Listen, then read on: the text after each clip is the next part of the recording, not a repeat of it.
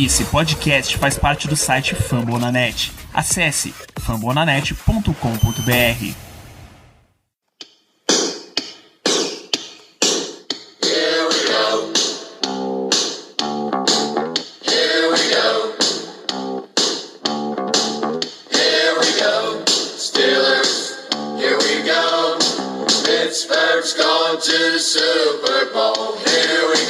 Muito bem, pessoal. Estamos começando mais uma edição do Black Yellow Brasil Podcast. Esse é o programa sobre o Pittsburgh Steelers para todo o Brasil e, neste episódio, para todo o mundo. Sou Danilo Batista, você seu host nesse episódio bem especial. E comigo temos Ricardo Rezende. Sempre uma boa noite, Ricardo. Boa noite, Danilo. Boa noite aos amigos ouvintes. Programa bastante especial, né? É sempre uma honra recebê-lo aqui. A quem considero um grande guru a respeito do Pittsburgh Steelers. Sem mais delongas, Danilo, por favor, apresente o nosso querido convidado. É isso, e para este episódio a gente vai ter que ligar de novo o Duolingo, acionar o Google Tradutor e vamos para mais um programa em inglês. So we have the enormous pleasure to have again in our show as our guest, Mr. Dave Bryan from the Steelers Depot. Dave, so we can begin in the right place. Is Steelers Depot the biggest independent Steelers media in the whole world? Thank you for being with us. Thank you. My pleasure. Peace and love to everybody. Hope everybody in Steelers Brazil is doing well. So we hoped we could talk in better situations for the Steelers, but it is what it is, and we need to address this situation. The Steelers started this season, the 2021 season, in a great fashion. Great win in Buffalo versus the Bills. Then we had a sequence of losses, a sequence of winnings, and then everything went to hell. So we can talk what is going to happen. We need to address what happened so far. How do you see the Steelers season in 2021, Dave? Well, so far, obviously, the most recent thing is obviously the blowout loss to the Bengals there this past Sunday, and that was very discouraging, especially the way Mike Tomlin kind of addressed things last Tuesday, and you kind of had the sense that he was going to get the message, across that this was a big game. And obviously the Bengals had won the first meeting there in Pittsburgh, and it was time to, let them know that they're not the kings of the North. And we all saw how that went, obviously. Now, look, this Steelers team has battled their share of injuries, of course, losing Juju Smith-Schuster and Tyson Alualu and not having Stephon Tuitt, were the big blows early on. But, I mean, you look around, teams like the Ravens have had serious injuries to their roster, yet they've been able to overcome that as well. So the Steelers, trying to get a lot of rookies infused, especially on the offensive side of the ball. 2 rookie offensive linemen in Daniel Moore Jr. and Kendrick Green, and then Pat Freiermuth and Najee Harris. And even so, the offense is still struggling to run the football for the most part. They're struggling to create explosive plays on top of it.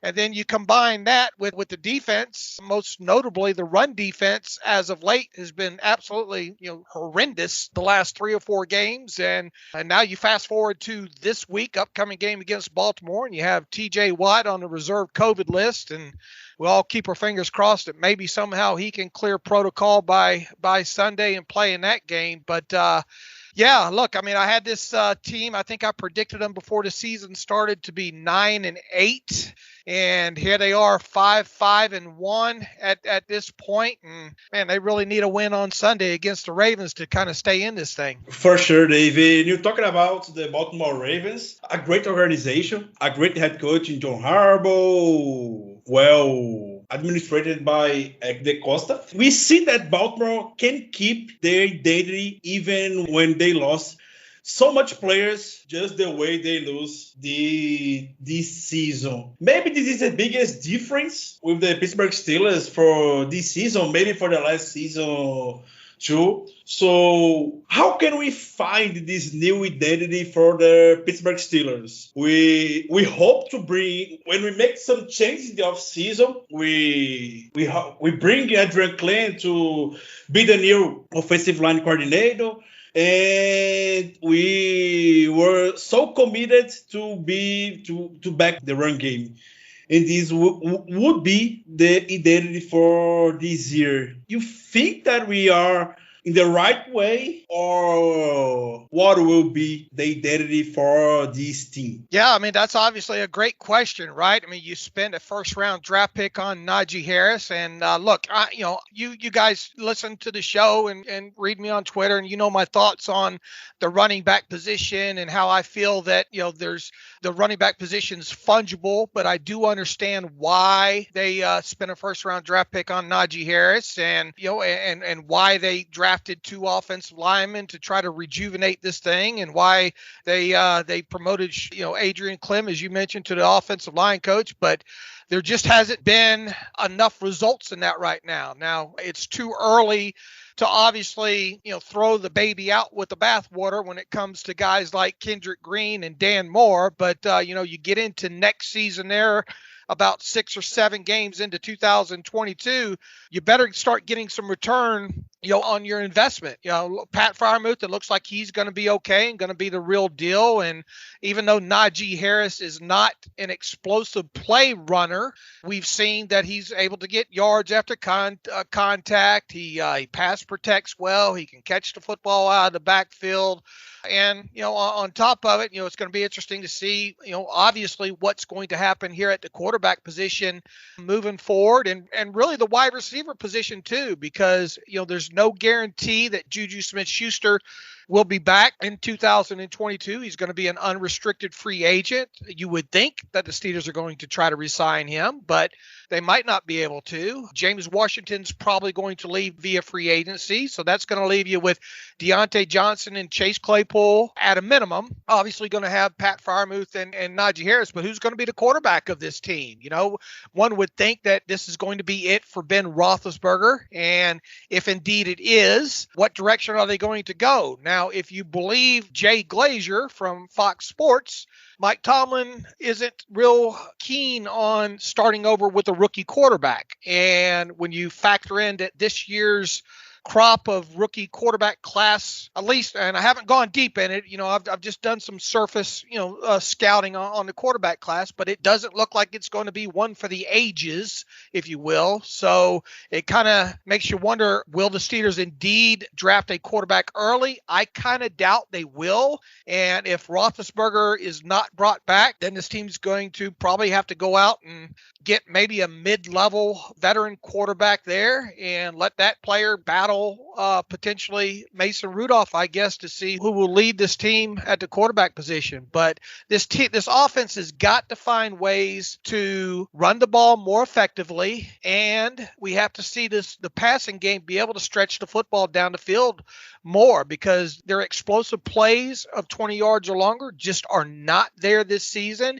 It can, even though Randy Fichtner is no longer the offensive coordinator, it's still been a lot of throw short, run long type situations, trying to create explosive plays that way. And then, man, we haven't even gotten to the defensive side of football. What's going to happen with Stephon Tuitt? You hope and pray that not only he can get back this year at some point. I mean, there's only 6 games left, but I mean, is he going to still want to play after this year? So Tyson Alualu, hopefully you get him back healthy again, another year older. You need Devin Bush to start playing better on defensive side of football. So there are going to be, I mean, you guys follow it as close as anybody too. There are going to be a lot of holes on this Steelers team after this season, and they don't have a lot of draft capital right now to work with. So it's going to be interesting to see how they move forward and how they go about filling so many holes that they have. And talking about the main hole this team is going to have, we only have Mason Rudolph as a quarterback with a contract for the next season. We are keeping this discussion week in, week out about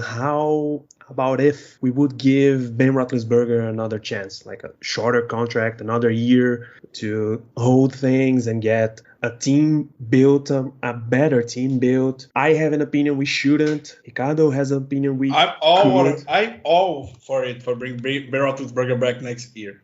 We would like to know your opinion about him and about this plan the team has about always going to a veteran, not starting again with a rookie quarterback. Yeah, and look, I understand. I mean, Ben Roethlisberger's been the cornerstone of this franchise since 2004, but his best years are behind him. We're no longer talking about the Ben Roethlisberger that can extend plays. It's obviously the last several years, since Todd Haley arrived, that has been a lot more quicker release with Ben Roethlisberger. We don't see Ben Roethlisberger, attacking the middle of the field past 8 or 10 yards down the line of scrimmage. Not that he's ever been, not that he's ever done that a lot in his past, but man, it's really noticeable these last couple of years, him not doing it. It seems to be like Ben will rely on this short passing game, and then if he gets like a cover one man situation on the outside, that's when he takes those shots down the field. Now, in his defense, do the Steelers really have that player, that Z wide receiver on the outside that can stretch the field like Mike Wallace used to,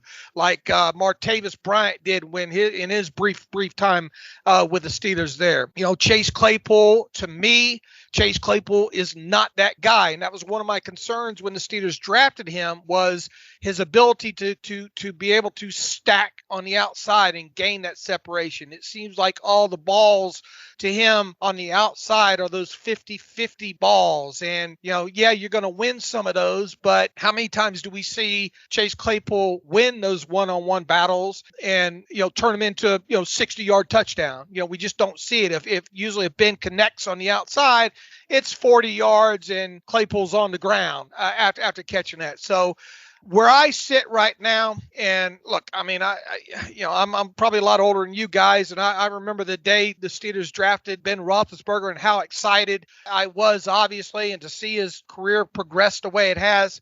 I think it might be time to do something else. And if you want a good example, maybe, of what's going on right now, I mean, just look at the New England Patriots. And I know that's a bad word in Steelers Brazil, just like everywhere else in Steelers nation there. But look what the Patriots are able to do this year. They went out and got a young quarterback in Mac Jones, who's still trying to find his way, but they have a really a good defense. In fact, if you look at, you guys know I'm a big fan of that adjusted net yards per passing attempt stat, and you look at their defense and the way they're playing against the pass this year. That's why the Patriots are able to compete this year, is because they've got a good defense. They're able to run the ball effectively, and they sort of try to limit the mistakes on Mac Jones. Now, if they do decide to bring Ben Roethlisberger back, it's got to be with the understanding, you can't pay him anything more than $14 million or so. I think a season. Anything more than that, I think would be too much. But on top of it, he's got to have the understanding that if things get bad and they have to make a change at quarterback, whoever it may be, Mason Rudolph, whoever, then he's going to have to accept that. And that's hard for Ben to do. Ben didn't even want to come out. Ben's not going to come out of a game. And we saw that this past Sunday against the Bengals. Ben probably should have been out of that game, but trying to get him to come out of the game, you can forget about it there. So personally, I think they should move on. Now, there's obviously a lot of speculation about, will the Steelers trade for Aaron Rodgers? Will they trade for Russell Wilson? I mean, all that's just kind of speculation right now, because both Rodgers and Wilson are under contract. It would take a trade to do it. You'd obviously have to pay a pretty good price for salary against the cap to get those guys, and you just have to wonder if all of that will materialize. If you don't go that route, and if you don't draft a quarterback early and let that quarterback start, then you're probably looking at someone like a Marcus Mariota, one of those middle of the line free agent quarterbacks. Now, you can win with those quarterbacks, but you better have that defense built up. So I really suspect that if the Steelers don't focus on drafting a quarterback in the draft, they're going to have to pay a lot of attention to the defensive side of the football, because they've got to get this defense back to the way it was a couple years ago. That's the only chance they're going to have to compete in 2022, 2023, is to have that defense back at the level it was a couple years ago. The defense is the elephant in the room after these last two games against the Chargers and against the Bengals.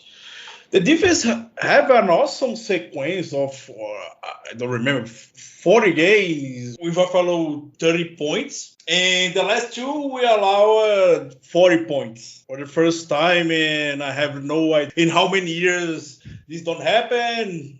Me as a Steeler fan, I'm sure that I never saw this.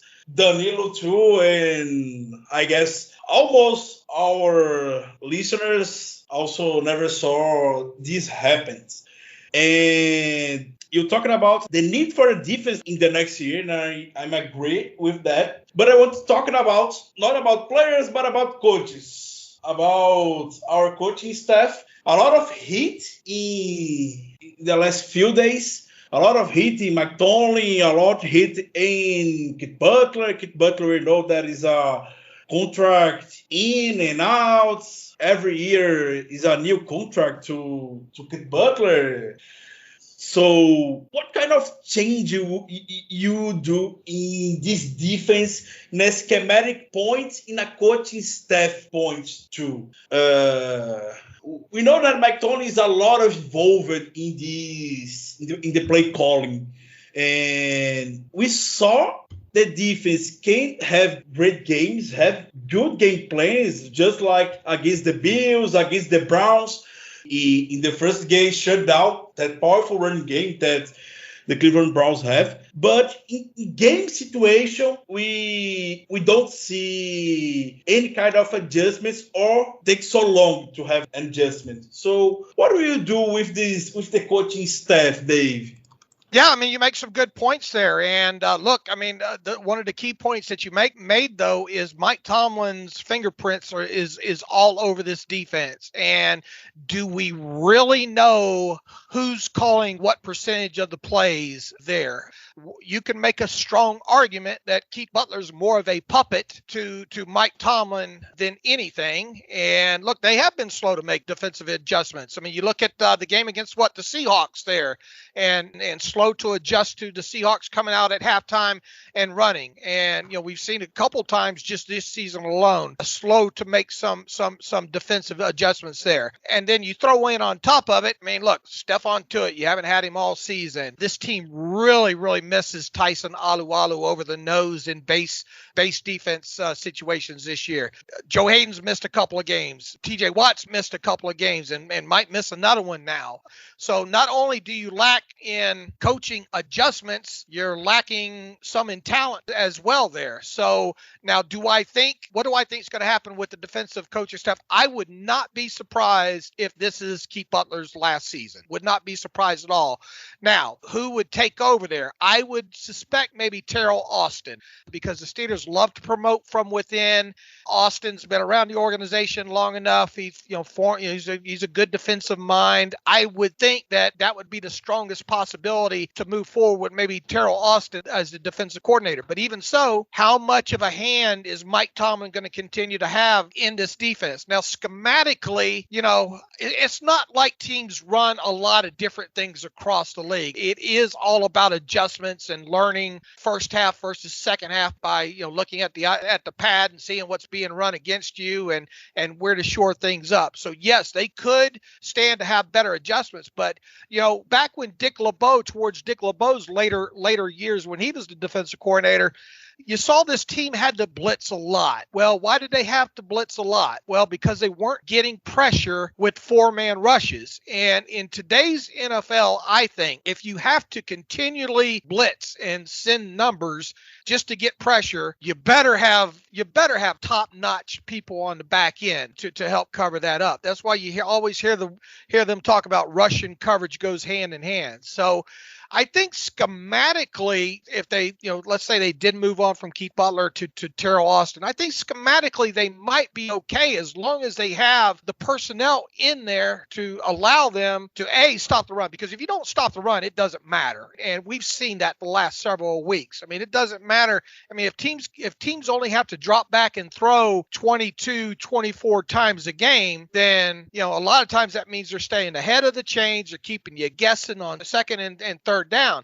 Whereas you much rather get these offenses in more predictable situations on second and third down. So then you can send, your edge rushers and all and occasionally blitz without, having to worry about it because pretty much know what you're going to get there. So I don't think it's just one thing that you can put your finger on and say, okay, well, just change the defensive coordinator. Everything's going to be fine because this team, I think, look, they're going to probably lose Terrell Edmonds during the offseason. You hope that Devin Bush can start living up to playing like a first round draft pick. You hope to get Stephon Tuitt back. People forget how good a season Stephon Tuitt had in 2020, and they're missing him. I mean, you got Henry Mondeau, Isaiah Buggs. I mean, you got a lot of guys. Chris Wormley's having to play a lot more snaps and all, and that makes a big difference because those aren't the higher quality players there. So once again, I think it goes back to they're going to have to address the defense probably heavily again in the draft, probably move on from Keith Butler, get possibly Terrell Austin in there, and go about just doing a better job in game with adjustments. I think that's where you start because this team is not going to win another championship until they get that defense back to way it was a couple of years ago. In that matter, going back to a championship, this was a question Ricardo asked me like 3, maybe 4 weeks ago, and this one keeps banging in my head. Do you think, Dave, the Steelers is a good team right now, all things considered? Honestly, no. I know I'm going to make probably a lot of your listeners mad, but right now, they just have so many holes right now, and it'd be one thing if you could tell me, if you said, Dave, okay, I guarantee you Stephon Tuitt will be back next year. I guarantee you Tyson Alualu will at least be able to start the season and play, at least, until maybe you can get someone groomed there. If you told me, Dave, it's going to be okay with Devin Bush, he's going to snap out of it. What are you going to do? Joe Hayden's another one. That's another guy that's going to be an unrestricted free agent. And he's obviously, his best days are behind him right now. And you have a kid over there in James Pierre trying to learn over there. You don't really have a good nickel option right now. Thank God you have Minka number 1, right, for Cairo. I know he's excited about that interception the other day. But to me, guys, it just, I worry about the finishing up of the building of this offensive line. I'm worried about what's going to happen at the quarterback position. And there's just a lot of questions on the defensive side of football. And from where I sit right now, I don't feel that this team's going to have much of a chance to compete for a championship, at least in 2022. And then we'll see what happens in 2023 there. So, yeah, I think we're about to enter maybe some dark days here when it comes to being a Steelers fan, and especially when you look at what all is going on in the AFC North. Looks like the Bengals got things straightened out. The Browns obviously seem to have some good things going on, and the Ravens, even though all the injuries that they've had this season, they're right in the, I think they're the number 1 seed in the AFC right now. So, I am very concerned about the future of this team right now past this season. Yeah, we when we were talking about it, it was a matter of what are these teams' strengths, best points, like running the ball. Okay, your offensive line is faulty, to say the least. Good yards after catch for wide receivers, you're not getting the best quarterback play you should. The defense pressuring, you're not getting turnovers enough to get this as a good point. You're not stopping the run. You're not getting your best personnel out there. At least they stopped dropping our pass rushers in so many coverage plays. At least they're trying to put the guys in the right position now. Yeah. All the strengths are being downplayed now. A few weeks ago, I remember David posted on Twitter one day that someone in Tony Tuesday asked about how the feel of Mike Tony in this 5-win and the streak that we also had in this season, to see how was the feel of Mike Tony with this team, because to me it was like quite a feat that we have 5 wins with this team. The way that we were playing, the way that we were dominating the second half against the Seahawks, the way that we leave the Broncos come back to the game, the way that we leave the Detroit Lions run a lot against us. So it was quite a fit to me, this team with these 5 wins, because really this team is not so good. And we saw, again, I'm talking about the coaching staff, but for now it's Mike Tomlin. Mike Tomlin's taken a lot of heat in this last few weeks. Again, mainly after this game against the Bengals, take a lot of heat. And we know that Mike Tomlin is far away to be a unanimous opinion among Steelers fans. Here in Brazil, we have a lot of Steelers fans that don't like the Mike Tomlin works. We are fans of Mike Tomlin. I really like Mike Tomlin, the way that the relationship with the players, the way that he's a leadership figure in this league with this team. But I understand this pressure. There's a lot of heat that he's taking. Not so in the last 2 games, but in the last few seasons with these playoffs retrospective really negative. But it's the same way. I believe that Mike Tomlin is the right person to leader these dark days that we're gonna have in the next years.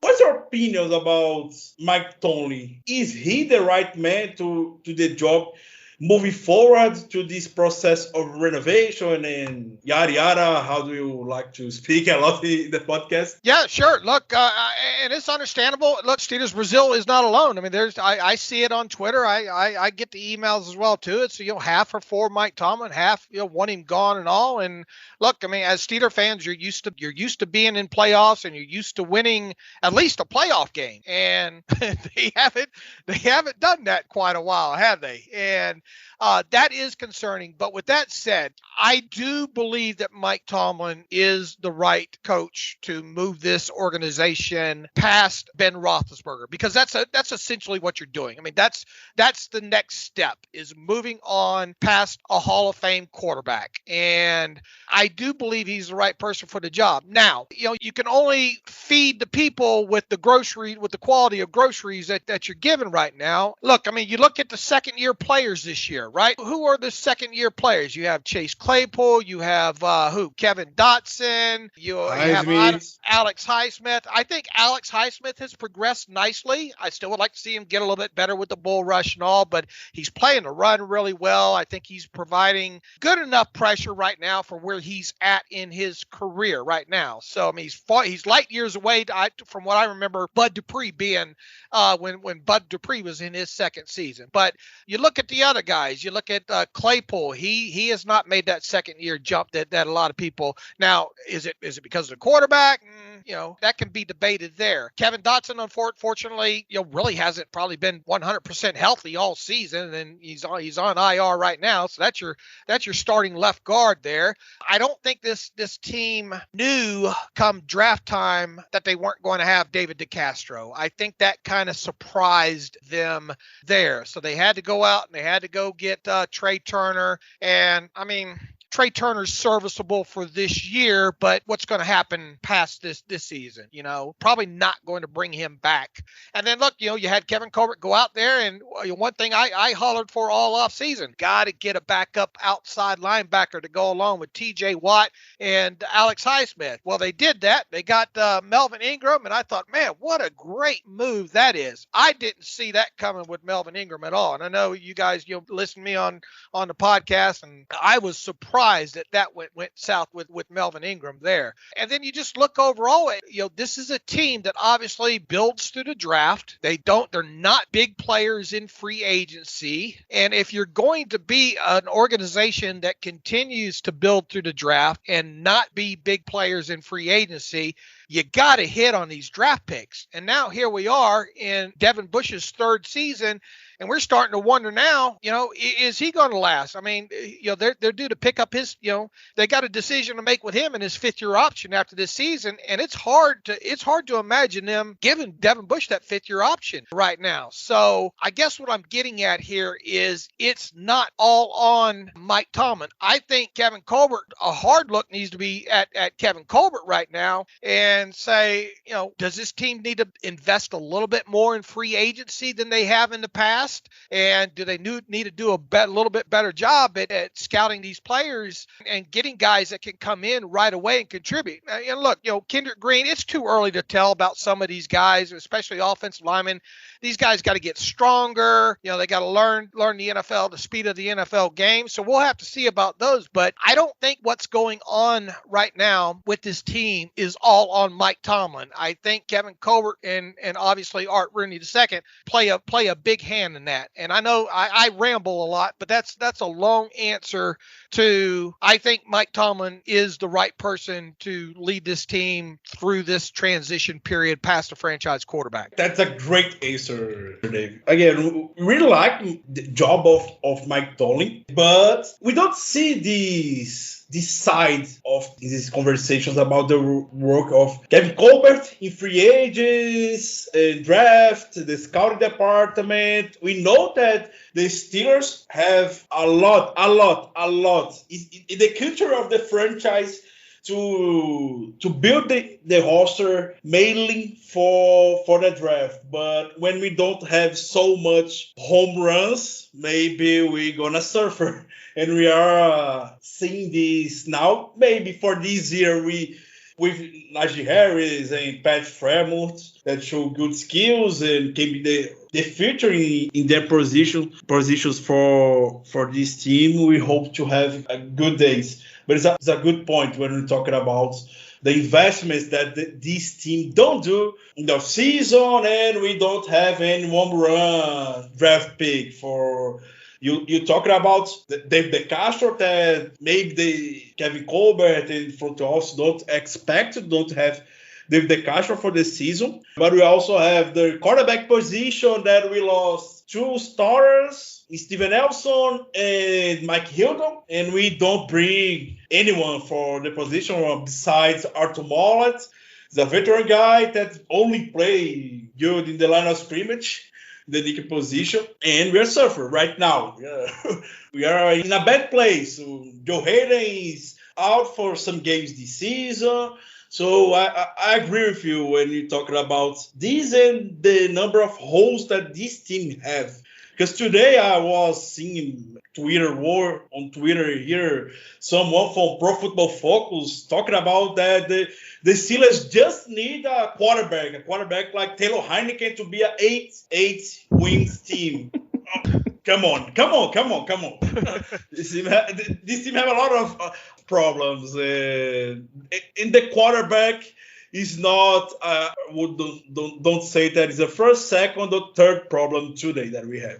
And amongst all these investment problems, when you rely on late round draft picks or really younger guys, you usually bring older, more experienced, in the cheaper side. We're not asking for big signings. Someone to compete, someone to mentor, and this is absolutely not what Steelers have been doing. And even when they invest, they are not doing that right. Can we remember Steelers made a trade for Ahkello Witherspoon? And he's a healthy scratch. Yeah. Why would you trade for somebody that can't even play on special? I understand adding a cornerback for depth purposes, obviously, because you lost Steven Nelson, you lost Mike Hilton, but Ahkello Witherspoon, the whole reason why he was pretty much getting dumped was he don't like to tackle. And when's the last time you seen the Steelers won a cornerback that can't tackle? And he would get a helmet if he could at least play on special teams. But Danny Smith doesn't even want him on special teams. Instead, they keep rolling Justin Lane out there on special teams. And you want to talk about another guy that hasn't lived up to expectations. There is Justin Lane. I mean, once again, it goes back to, if you're going to build through the draft, yes, like you said, you got to at least hit on your first round draft pick. That's got to be a home run. And then, man, 1 or 2 of those other draft picks, whether it be a second or third or fourth rounder, those guys better hit. And, right now, I think we're seeing the fallout from them not being able to hit. Because look, Terrell Edmonds, I mean, everybody knows he was overdrafted, okay? And they didn't give him the fifth year option. So that tells you what they think about him. him. Do you really want this team drafting another cornerback in the first round with the track record that they've had at the cornerback position? I don't. I'd much rather them go out there and spend. For God's sake, no, please. I'd much rather them go out there and spend $17 million a season to get them a cornerback there. So they're good. It's going to be real interesting, I think, to see if Kevin Colbert stays on to the draft. And if he does, what's going to transpire after the draft? Because this team does not have a lot of draft capital right now. You better say your prayers that Bud Dupree gets healthy so the Steelers can get that third round compensatory pick for Bud Dupree. So all Steelers of Brazil needs to pray that Bud Dupree gets healthy and gets back playing some snaps so the Steelers can get that third round compensatory pick, because they certainly need that. But it's going to be interesting. Let's say they don't have a big salary to pay a quarterback, or they choose to go, I don't know, 9, 10, 12, $14 million for a quarterback in 2022. Where are they going to spend that extra money at there? And they might want to consider investing it, in another veteran guard, maybe, unless they want to draft one. What's going to happen at tackle? Is Zach Banner going to be your right tackle? I mean, he can't even get on the field now, and they re-signed him during the offseason there. You're probably not going to bring back Chikwamo Okorafor. You just have so many positions, so many holes right now, I think, that need to be filled, and not enough draft picks to go around, that it's going to be very, very interesting to see if they kind of change philosophy. And, now look, Mike Mitchell wasn't a home run, right, back when they signed him, but it was a bit surprising that they spent the kind of money that they spent on Mike Mitchell way back when. They need to seriously consider spending a little bit more money than these trash can, cast off dumpster players that Kevin Colbert usually tries to fill the roster out with. So that's going to be one of the big things to watch here, is not only the draft, but how if this team addresses free agency differently, especially if they've got a little bit more cap money to play with. And in that matter of rebuilding the team, there's a question from our audience. So Carlos Silva, he asks whether is it possible to revamp the roster without a dreadful rebuild time. We have to destroy everything in order to bring the team back together, or can we do a smooth transition? We can bring back the example from the Patriots, right? They had one, and I quote, bad season. It's not exactly bad, like middle of the pack. Well, they had the 15th for the pick on the first round this year.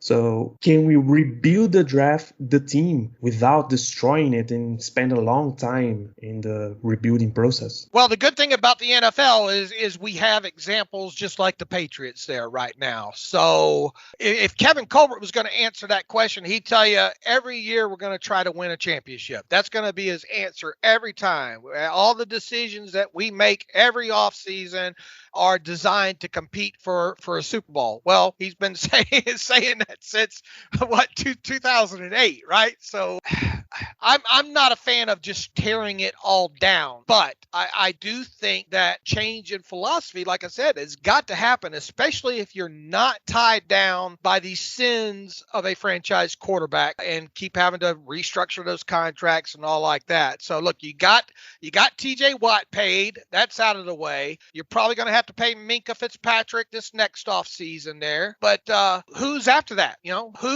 Who is the next big contract for this team after Minkah? Maybe Deontay Johnson, but when is the last time that you've seen the Steelers outside of Antonio Brown really, go top 5, top 10 salaries when it comes to wide receiver there? So I think you can, come like 2023, if you draft well in 2022, if you add a couple of, higher priced free agents, and that way I think you can have this team back competing. I mean, look at the NFL right now. I mean, look at the parity right now in the NFL. I mean, you guys have watched this game a long time. I mean, when's the last time that you've seen such parity? I mean, who is the best team right now in the NFL? Does that change week to week right now? And, I think that's where we're at right now. So a parity right now is going to be, and the NFL loves it, right? Because they have every fan base thinking they can win it every year there. So if parity is going to rule the NFL right now, then that lets you know that, you're probably one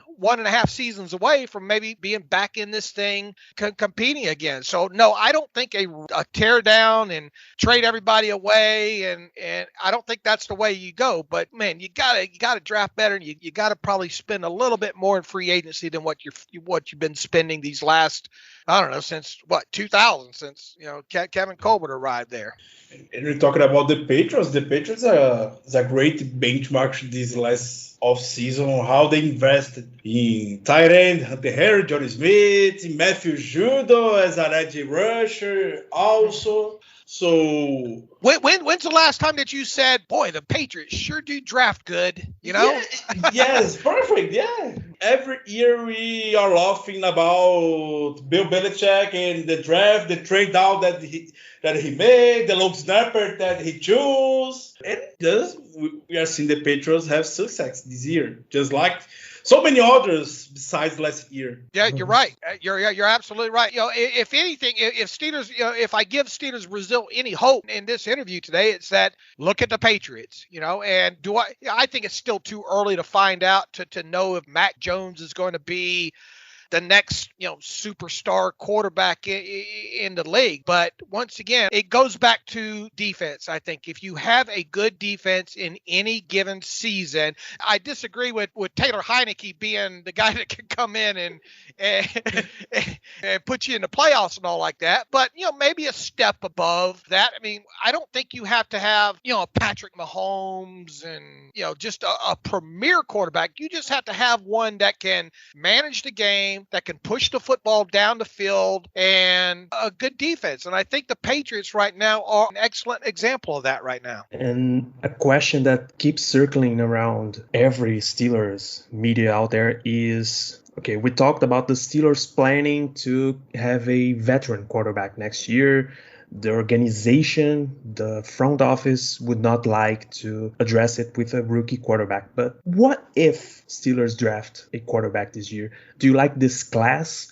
Do you think, is there any guy who can make a good transition for the Steelers? I will answer that for starting, that you guys know how busy I am on Steelers Depot just in the season, that it takes me a while to get into draft mode and all like that.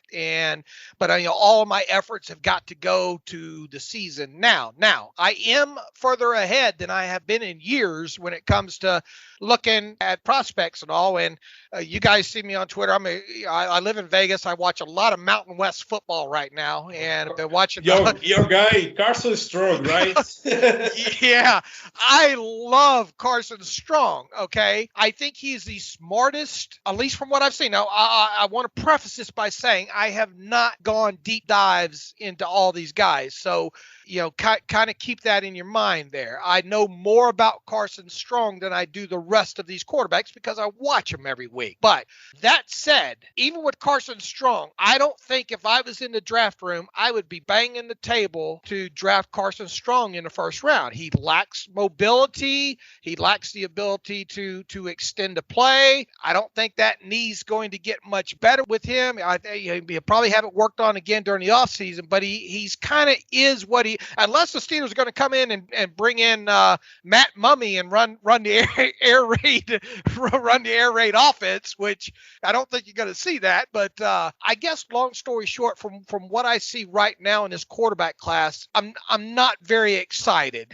about it. Okay, now let's go to your example and saying, all right, Dave, what if they draft a quarterback anyway? Well, I think everybody still forgets about in 2004 when the Steelers drafted Ben Roethlisberger. The plan originally was for Ben Roethlisberger to be the number 3 quarterback his rookie season. You had Tommy Maddox, you had Charlie Batch at the time, and Kevin Colbert has said this countless times. I think Bill Cowher has said it in interviews as well too.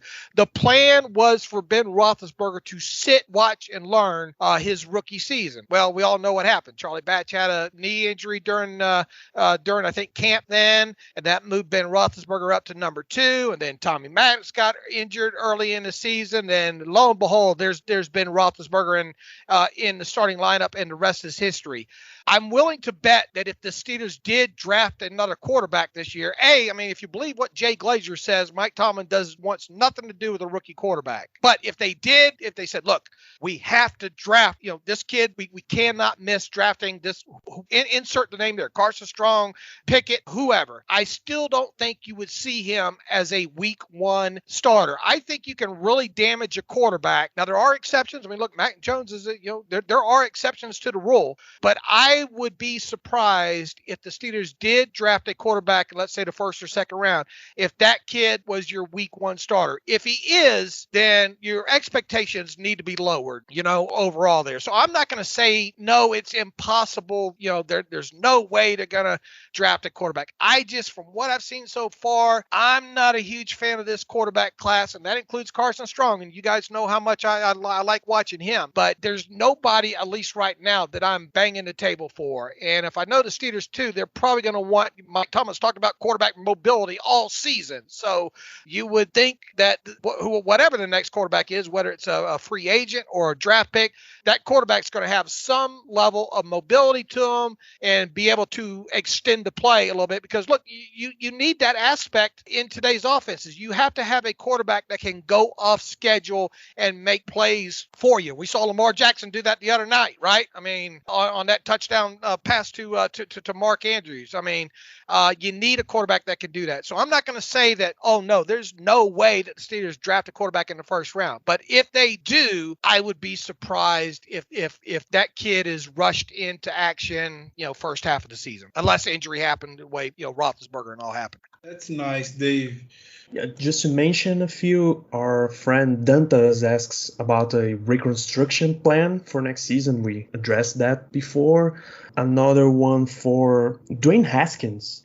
I don't think do we really need to address Dwayne Haskins? I'll answer. Your listeners have questions, so I'll address it. Look, the tape on Dwayne Haskins, not great overall, and I worry about him and the X's and O's end of things on top. He's got an arm, right? He's got an NFL arm, but he can throw the ball through the car wash without it getting wet. I don't think he knows where that ball's going to go when he does throw it. Now, here's the thing. Dwayne Haskins is scheduled to be a restricted free agent during the offseason, so you can easily offer him an original round tender for the minimum, and you can get him back on this roster and let him compete. All right. He's got to grow up, obviously, a little bit. And I don't think that's a bad move to do that, to have him in there competing. And then who knows? Personally, I don't think he's going to amount to anything at this point. But, for a couple of $1 million to bring him in, non-guaranteed contract, let him compete through training camp, I think you can do that. And if he makes progress and can be a backup for you, fantastic. If he can't, then you just cut him out of training camp and you don't have anything lost there. So look, we all knew, or most of us knew, that Dwayne Haskins was a lottery pick, right? Or a lottery ticket. And I don't think they're going to hit on that, but I do think it's worth at least giving him a restricted tender at the end of the season, bringing him back, let him compete, and then see where it goes. And if it doesn't work out, then you just cut him and you haven't really lost anything there. So that would be my thought on Dwayne Haskins. Okay, this one was from Guilherme Maciel, and the next one is also about quarterbacks. The first question is actually about guys like Matt Corral and Kenny Pickett, but we already talked about drafting quarterbacks and stuff, but they complete this question, and it's at Sidney Crosby, but with a V instead of an O. Amazing. Asking about these high-profile veteran quarterbacks like Russell Wilson, Aaron Rodgers. Do you believe the Steelers have what it takes to bring them? Wow, that's a great question, right? You have to have, you just don't push a button and they show up.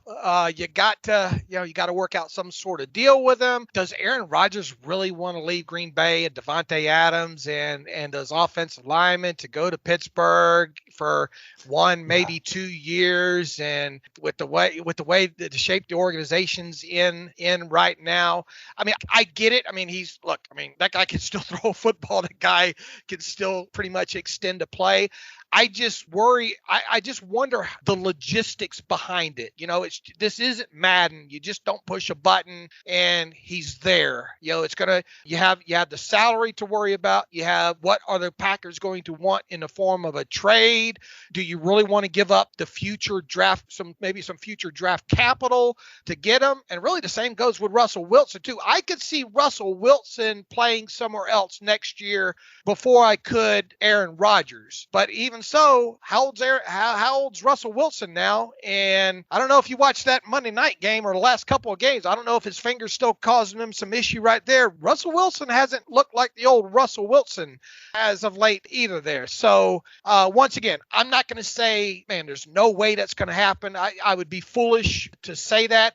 I just think with the logistics, all the logistics involved and what it would cost to get them and trade collateral and all like that, I really would be surprised if either Aaron Rodgers or Russell Wilson is the quarterback for the Pittsburgh Steelers in 2022. I'm not going to say it's impossible, but just from where I sit and the economics and the logistics and all, I would be surprised. That's where I'm at right now on those two. And as a final audience question, Mr. Ernesto Dourado asks about Devin Bush. Do you think it's a matter of rhythm, the injury playing down his game level, or weight or focus? What's your take on the dreadful season Devin Bush is having? I will tell you this right now. If you're a Steelers fan and knowing what we've seen so far, now look, to his credit, right? He is coming. He had to come off of that serious knee injury there, but he is more than a year removed from that. And you can see on tape still some of that sideline to sideline explosion. I mean, go turn on the tape a couple of weeks ago against the Chargers there and see him kind of that stutter, stop, step and tracking down Eckler over there on the far side of the field. That part of his game, I mean, I don't see any difference in his explosion there. He's not doing run fits the way, at least he was during his rookie season. He's easily linemen at the second level are easily handling him. He's not doing a good job of getting up blocks. It looks like he's unsure sometimes or he's guessing sometimes on his gaps to fill. This is a first round draft pick you have on this guy. This guy should be on the field every snap right now. And it's concerning, if they're letting him play at less than 100% right now, shame on them, because I don't think you're doing his teammates any favors. I don't think you're doing Devin Bush any favors if he's not, over that knee injury. I don't know. Obviously, you guys have listened to the podcast for a while and read the stuff on Steelers Depot. One of my biggest concerns about Devin Bush coming out of Michigan, I saw the explosion on tape. I saw the sideline to sideline. I saw the athleticism with Devin Bush. What we did not see Devin Bush do, especially against top-ranked college teams, was him showing up in those big games, making those tackles for loss, getting in the backfield, forcing turnovers, doing well in coverage. You go back and look at his stats against ranked teams during his college career, you're going to be looking hard to come up with some stats here. That was one of my number one concerns. It wasn't the athleticism. It's sometimes the athleticism is one thing, and we all know Kevin Colbert loves athleticism and spark scores and all like that. But at some point, the tape has got to match up with that athleticism. I am officially concerned about Devin Bush right now. And he's got 6 games left in this season to get things figured out. Because if he doesn't, then they're not going to pick up his 5th-year option. And what generally happens with these players that the Steelers don't give their 5th-year options to, they're gone the year after their 4th season. We see that. It's probably going to happen with Terrell Edmonds.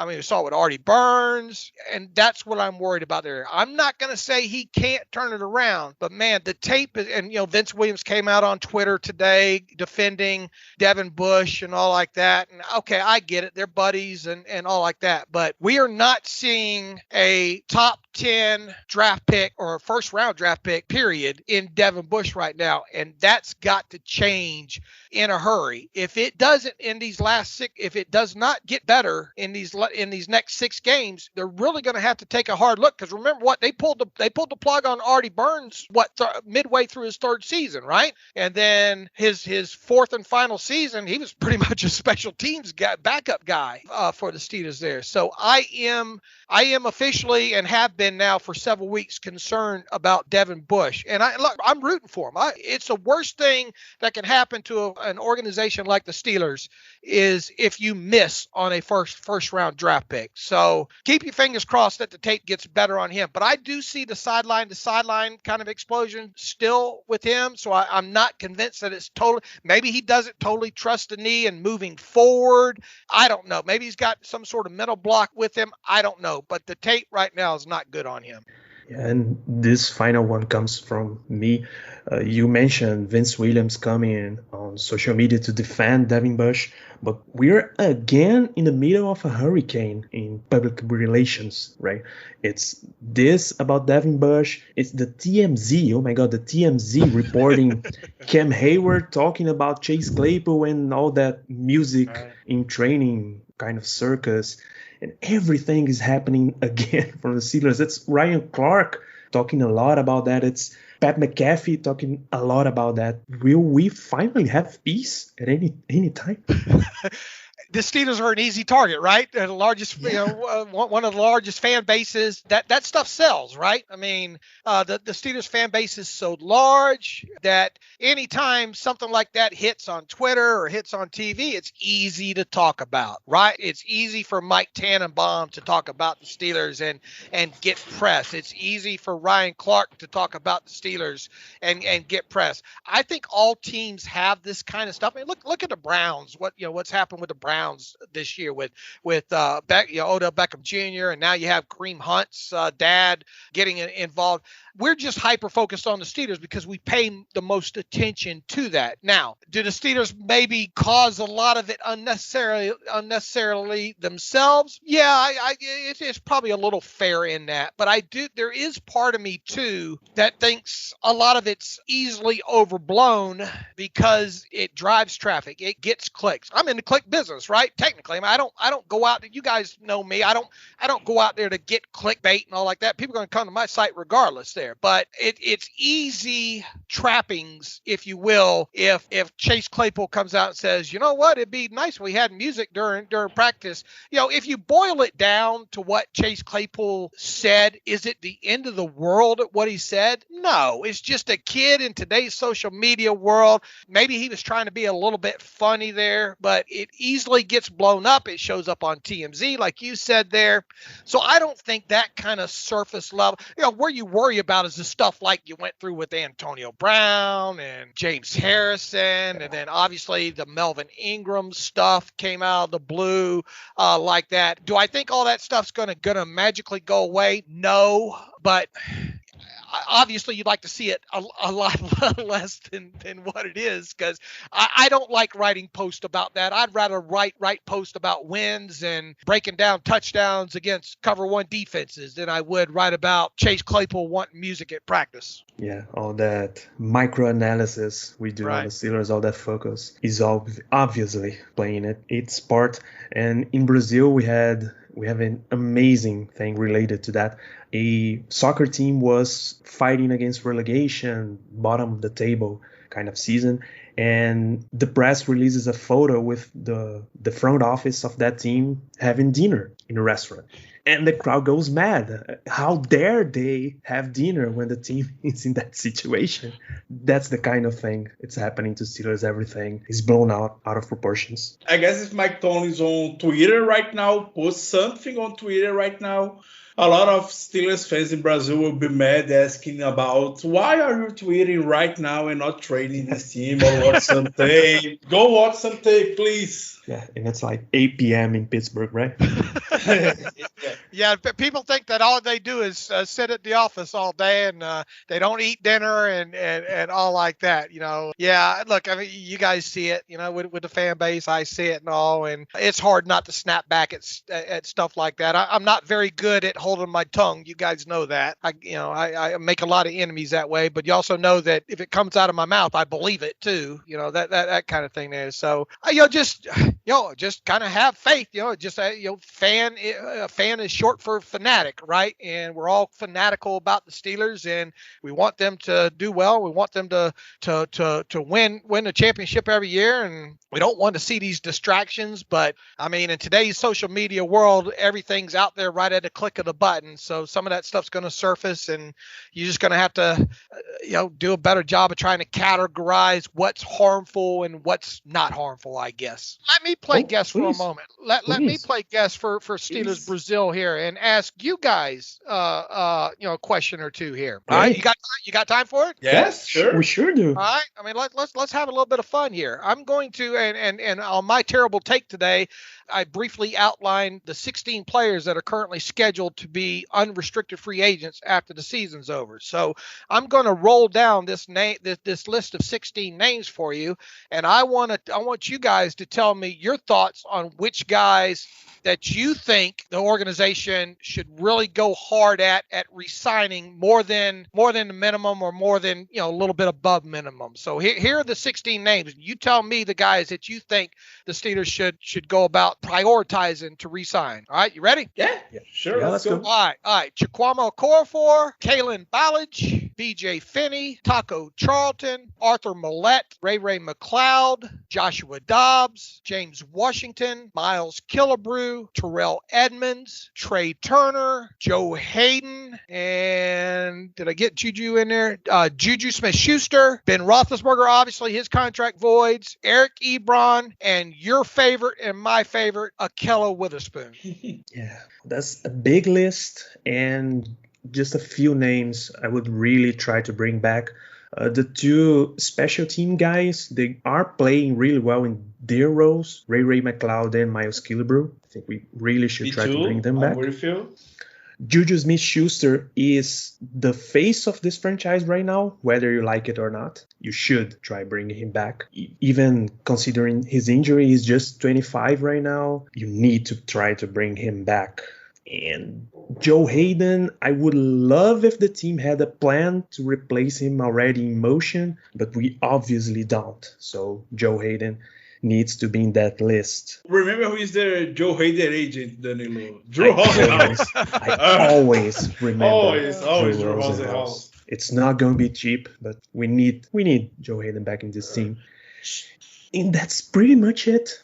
I don't see anyone else I would bring back. Ricardo would love to bring Ben Roethlisberger back, but I wouldn't. With some context, right? If we have any, just the way that we are today, with just Mason Rudolph as our quarterback for next year, depends the way that we're gonna finish this season, and depends the way how Ben Roethlisberger wants to come back and all these things. I bring, but for a sure list, he would not be on this sure list. But yesterday, Miles Killebrew, for sure, awesome special team player. Ray McLeod too, I would bring for another year. It's a great punt, kick returner, besides the fumble and some praises that he does. But I really like him. And I really like Juju. I really like Juju to bring back. Unfortunately, he had this injury this year. I don't know if he's a sure name, but if I have to put three names on this list, would be for sure Juju, Miles Killebrew, and Ray McLeod. Okay, fair enough. And one other kind of two-part question here. Who is your favorite quarterback? From what you say, I won't hold you to this. I only hold you to this if you're wrong. Okay, so fair enough. No, I'm kidding with you. But who is your favorite quarterback in this year's draft class? And who is one person, Dave? You got to go in any position. All right, any position. Who is one kid that Dave? You got to go watch tape on this college kid. Okay, as a quarterback, I would go for our favorite. There are favorites in our group. We are quite divided on that, but it's most Malik Willis from Liberty as a quarterback. And the favorite, absolute favorite, forget every position and go get this guy is Tyler Linderbaum from Iowa. That guy's a beast. That guy looks like he'd be a Steeler, doesn't he? Yes. You can't get enough. He even plays in bright colors, right? I think he could potentially. It'd be interesting to see if you drafted a guy like Linderbaum. If you didn't want to give up on Kendrick Green at center, it would be interesting to. I think you could probably make at least a guard initially out of Linderbaum overall. Now, he's another one of those players that I've just kind of scratched the surface with. Overall, I've got a lot more games to watch on him, but he is definitely somebody that's been on my radar for the last couple of weeks for sure. Ricardo, a quarterback that I really would love to see more about him is Matt Corral. I guess the Steelers in the last draft see a lot of high competition level in college football, and he plays on SEC and everything like that. Has a ton of experience playing in high level in SEC against great defense against Alabama every year, against Georgia every year. So he's a quarterback that I would love to see more. And I would talk about Tyler Linderbaum too, because he's a huge fan favorite here in our group. But I won't talk about a specific name, but I'll talk about these 3 wide receivers for Ohio State that are awesome players, are awesome. Garrett Wilson, I don't remember the others 2 names, but I know that is an awesome position for them. And I would love to see a speedster wide receiver in this next year draft. To stretch the field, just like the way you talking about, Dave. Today we don't have these guys. Very far away to have this guy in the roster. So would be valuable to have him, some speedster wide receiver, some of these Ohio State guys in the next year draft. All right, good enough. Anything you'd like to see extra special that we're not doing good enough on Steelers Depot? You're perfect, Dave. No, don't tell me that. Don't have it. No, it's really perfect. All the knowledge about in the offseason about the contract structure that you're talking about a lot. I know you love this subject. You do great. And all your work on Twitter, all of Steelers Depot staff, Josh Carney, Matthew Mazel, Alex Kozora, of course, is all great, really. All the work that you did, you guys did in Steelers Depot. So really, not a matter of you can get better. You are the main source for our job to bring news also to the Steelers fans in Brazil. I guess a lot of our team, me, Danilo, and the other guys that are with us in this project to bring news about the Pittsburgh Steelers to fans in Brazil. Our main source are you and Alex Kozora and the Steelers Depot. So really, we see so close your work, so it's perfect. But if we see some opportunity, sure, we're gonna we'll talk with you on DM on Twitter or send an email. Absolutely. Yeah, anytime you guys need anything, you let me know. And remember that I think we're gonna have 4 people at the Senior Bowl this year. I think we're gonna have 3 or 4 out here in Las Vegas for the East-West Shrine game. Scouting that, I'm gonna try to send one person, maybe Jonathan Heitrader, I don't know, we'll have to find out, to the Combine if we can get a person there this year as well too. So look, I appreciate, I have a lot of fun with you guys, and anytime you need me or Alex or any of the guys to come on, or you want to see something on Steelers Depot that you're not seeing, any of you people, send us an email to the Terrible Podcast. My English is bad, so feel free to send me an email and any questions, and we'll read them on the podcast and all like that. Perfect, Dave. Thank you so much. Have you for this episode. Now I will talk about in Portuguese to say goodbye to our listeners here. Então, por hoje é só. Episódio mais do que especial aqui com o Dave Bryan, direto do Steelers Depot. Temos mais 6 jogos nessa temporada. Vamos continuar nas expectativas, apesar de todo o cenário estar bem difícil. Yeah, and to finish, you asked that a lot on Twitter, Dave. How many games do you think Steelers can win this year? It's a great question. Oh, it's a great question. We're asking this to our Twitter followers in the last few days. They are not so much optimistic with this game. We're going for like, you can win like 1 or 2 games based on mystic, like on history, and that kind of thing, but not X and O's wise, not schematic and level of playing wise. How many do you think we can win? Well, I tell you, if Mike Tomlin can get this team to 8-1, they might need to build a statue for him. Exactly.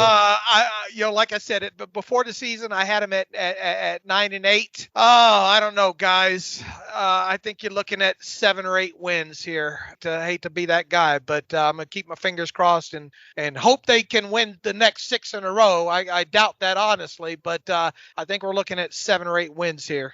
Yeah, we're both in exactly that point. The amount of wins we saw before the season and how many wins we win this one with. And that's it.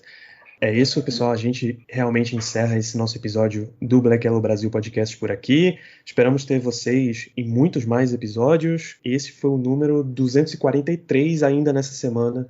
O nosso preview contra o Baltimore Ravens. Não é porque o Steelers está jogando mal que a gente vai parar de fazer podcast, né? Um grande abraço para todos vocês e até lá.